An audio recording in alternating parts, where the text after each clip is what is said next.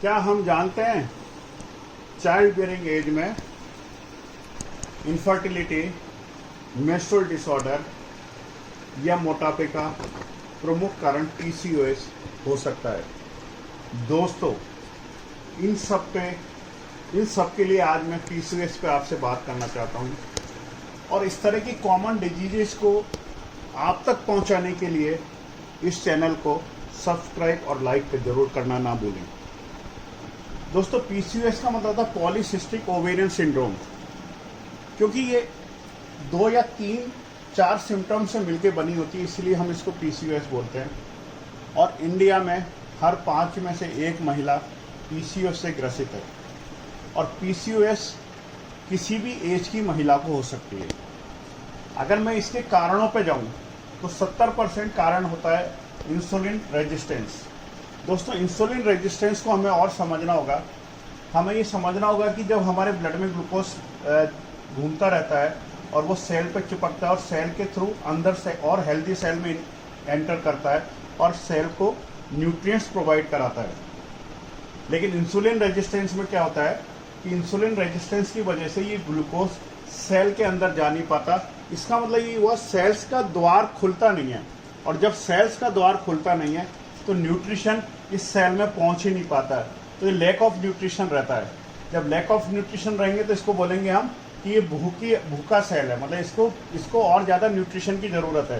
तो ये सेल एक सिग्नल भेजता है ब्रेन को कि कुछ ज़्यादा खाना खाओ जिससे कि मेरा को न्यूट्रिशन ज़्यादा मिले, और वो सिग्नल भेजने से हमें भूख ज़्यादा लगती है और हम ज़्यादा खाते हैं और हमारा वजन बढ़ने लगता है। तो दोस्तों, ओबेसिटी का जो पीसीओएस में मेन रीज़न है वो होता है इंसुलिन रेजिस्टेंस। इसका मैंने आपको पूरा बता दिया। अब इसकी वजह से आपको क्या क्या प्रॉब्लम हो सकती है। ओबेसिटी हो सकती है, जो मैं आपको बोल ही रहा हूँ। टाइप 2 डायबिटीज़ हो सकती है, पीसीओएस, एजिंग हो सकती है, हार्ट डिजीज हो सकती है और इरेगुलर पीरियड हो सकता है।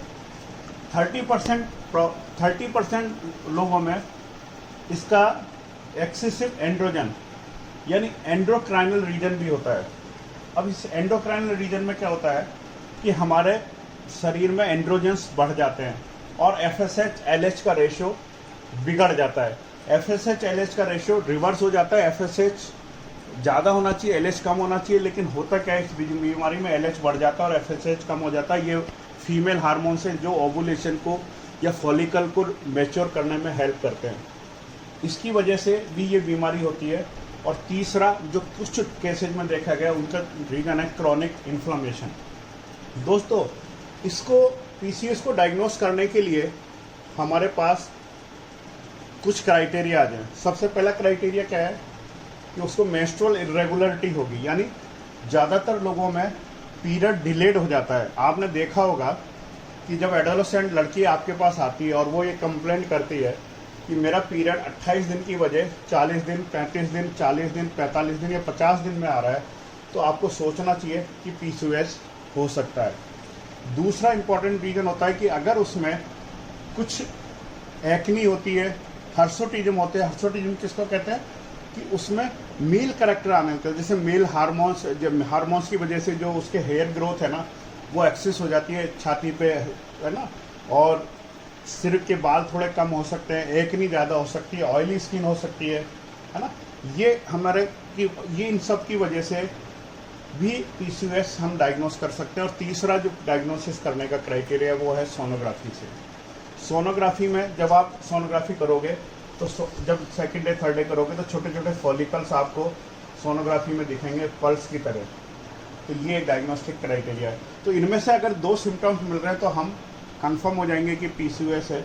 और इसमें जो common complaint due to androgens या हार्मोन्स की वजह से होती है, उसको में रेगुलर पीरियड होता है, वही ऑयल स्किन और एक्नी बन सकती है, एक्सेस फेशियल और बॉडी हेयर्स हो सकते हैं, हेयर लॉस ऑन स्कैल्प हो सकती है, फर्टिलिटी इशू और इनफर्टिलिटी जो बहुत कॉमन बीमारी है चाइल्ड बियरिंग एज में।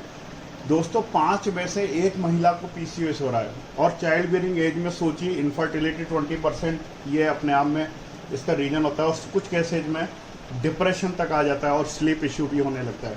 तो दोस्तों, ये बहुत इंपॉर्टेंट टॉपिक है। और अगर इसका डायग्नोसिस आपको समझ आ गया, अब अगर मैं आपको ट्रीटमेंट साइकिल की तरफ चलूँ तो इसका ट्रीटमेंट बहुत सिंपल है, क्योंकि ये लाइफ स्टाइल डिजीज़ है। अब आप सोचेंगे लाइफ स्टाइल डिजीज कैसी है।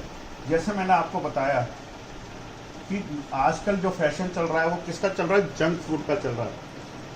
आप जंक फूड खाते हो, ब्रेड बिस्किट्स खाते हो, जो बाजार में ऐसी चीज़ें, बिस्किट, ब्रेड, जंक फूड, मैदा, चावल, एक्सेस गेहूँ, चीनी, ऑयल, क्योंकि इसमें ट्रांस फैट होता है सब जंक फूड में, तो इन सब की वजह से आपका BMI इंडेक्स बढ़ता है, आपका वजन बढ़ता है, और आपका वजन बढ़ने की वजह से ये PCOS होता है।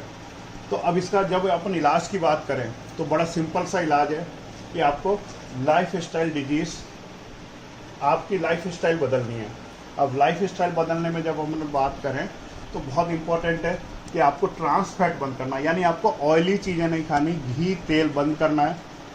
और क्या बंद करना है, आपको मैदा बंद करना है, आपको जितने भी ब्रेड बिस्किट्स, चीनी, मैदा, ये सब बंद करनी है, आपको जंक फूड बंद करना है। फिर खाना क्या है, ये इंपॉर्टेंट है दोस्तों, आपको खाना क्या है। तो खाने में आपका एम क्या होना चाहिए कि आपको BMI कम करनी है, वेट लॉस करना है। और वेट लॉस किस से हो सकता है, आपको हाई प्रोटीन डाइट खानी है। कीटो डाइट भी खा सकते हो जिसमें ज़्यादा प्रोटीन होता है और कार्बोहाइड्रेट और फैट्स कम होते हैं, या आप प्रोटीन जितना ज़्यादा खाओगे उतना आपके लिए हेल्पफुल रहेगा। अब प्रोटीन कौन सा खाना है ये बहुत इंपॉर्टेंट होता है। अगर हम बाज़ार से कोई सा भी प्रोटीन लें तो हम ज़्यादातरों में क्या देखते हैं कि कार्बोहाइड्रेट ज़्यादा खा लेते हैं, तो हमारा जो PCOS की प्रॉब्लम है ये सॉल्व होती ही नहीं है।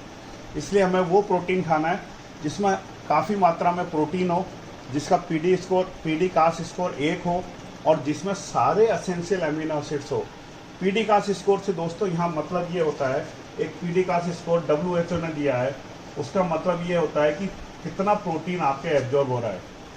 अगर मोर देन 90% एब्जॉर्ब हो रहा है तो वो काफ़ी अच्छा प्रोटीन है, सारे एसेंशियल अमीनो एसिड्स हो, है ना, और प्रोटीन कंटेंट ज़्यादा हो, तो वो प्रोटीन आपको खूब प्रचुर मात्रा में खाना है। कार्बोहाइड्रेट बहुत कम खाना है, फैट बिल्कुल बंद करना है। फैट में आपको क्या खाना है, अनसैचुरेटेड फैटी एसिड्स खाना है। और अनसैचुरेटेड फैटी एसिड्स के लिए दोस्तों सबसे बढ़िया चीज़ है ओमेगा 3। ओमेगा 3 इस बीमारी में और प्रोटीन, ये दोनों इस बीमारी में आपके लिए बहुत ज़बरदस्त फ़ायदा करते हैं। इसके अलावा आपको रेगुलर एक्सरसाइज करनी है, मिनिमम 6 से 10 हज़ार कदम रोज़ चलना है। रोज़ एक्सरसाइज करें, योगा करें, ओमेगा खाएं, प्रोटीन खाएं, तो दोस्तों इस बीमारी को आप बाय बाय कह सकते हो। फर्टिलिटी को आप वापस से रिज्यूम कर सकते हो, इनफर्टिलिटी हट सकती है, मेंस्ट्रुअल इरेगुलरिटी सही हो सकती है, और जो प्रॉब्लम्स है डायबिटीज और ये सारी जो भी एजिंग और ये सब प्रॉब्लम्स आप ठीक कर सकते हो। तो दोस्तों इस तरह की वीडियो हम आपको बताते रहेंगे। अगर आपको किसी और प्रोडक्ट में इंफॉर्मेशन चाहिए तो आप हमें चैट बॉक्स में लिखिए। Thank you.